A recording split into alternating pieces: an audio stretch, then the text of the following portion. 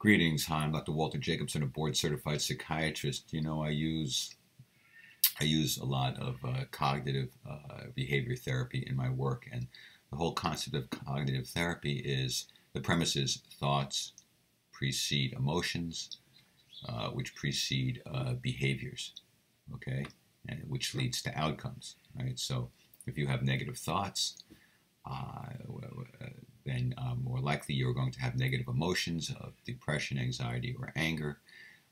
And those oftentimes lead to negative choices and decisions and actions, oftentimes impulsive and thoughtless and reckless. And we just, we're less likely to behave in ways that are going to help us when we're stuck in darkness and negativity. So the idea of cognitive therapy is you change those dark, negative, pessimistic, angry, resentful, bitter thoughts, that are negative and dark and pessimistic and cynical, and you replace them with positive thoughts, hopeful and loving and compassionate and generous and etc. And so if you change from negative thoughts to positive thoughts, you will change negative emotions to positive emotions, and you will change negative behaviors to positive behaviors and negative outcomes to positive outcomes. And this stuff works. It works, but you've got to be vigilant over your thoughts. You've got to take the time to stop and think and not immediately react, not immediately open your mouth and respond. You need to stop and think and evaluate, well, what's going on? Why am I depressed? Why am I anxious? Why am I angry? Okay? What's the best way to deal with that? First of all, should I be? Are these rational thoughts, or are they thought distortions? Are they misperceptions? And that's the whole key of cognitive behavior therapy. If you analyze your thoughts and recognize that your thoughts are misconceptions and distortions of what's going on based upon your insecurity, your lack of self-esteem, etc., and so it's coloring your perceptions, and then that's coloring your moods, and that's coloring your behaviors, then you go, no, that makes no sense. This is my insecurity speaking. That's not really happening. These people don't hate me. They aren't trying to hurt me. People say foolish things sometimes that are inconsiderate and unloving. It doesn't mean that I'm worthless. It doesn't mean that they're worthless. So, right. So you if it's irrational, you recognize that the thoughts are irrational, and once you do that, then you have a rational thought.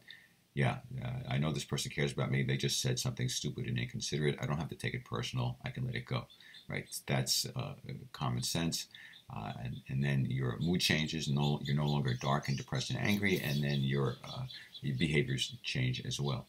And and you don't say or do something that could be very damaging to the relationship and to yourself. So that's what you've got to do. You've got to pay attention, be vigilant. Okay, so I had a guy who had a bunch of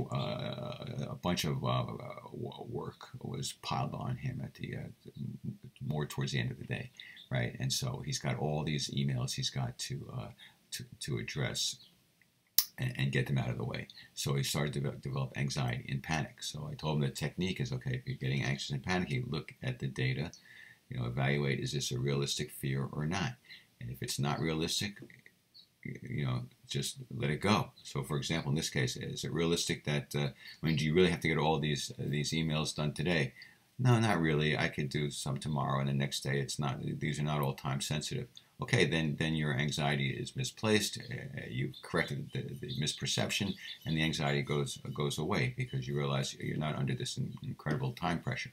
But if these are all time sensitive, I need to get these done by today, then you've got to. Then what this guy did was he said to himself, okay, well, look, I'm going to go back inside. I'm going to do whatever I can do by the time I have to clock out.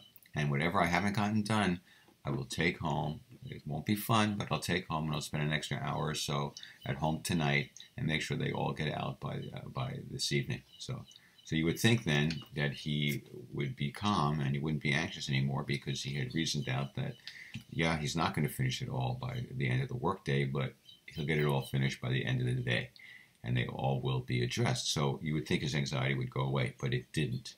He was still very anxious and panicky. So the question is, why? Okay. And the answer is, well, because he doesn't believe it. When he says, don't worry about it, I'll take this stuff home and I'll do it tonight, his subconscious doesn't believe it because his subconscious knows the guy's pattern, that the guy procrastinates. He says stuff he doesn't mean. He says stuff that he doesn't follow through on. He tells people he'll show up at a certain time and then he doesn't. He makes a plan to go out to a movie with a friend and then he bails out the last minute.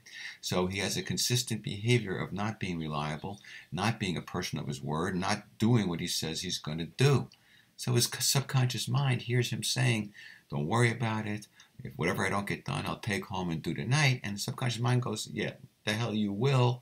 I know you. You're not gonna.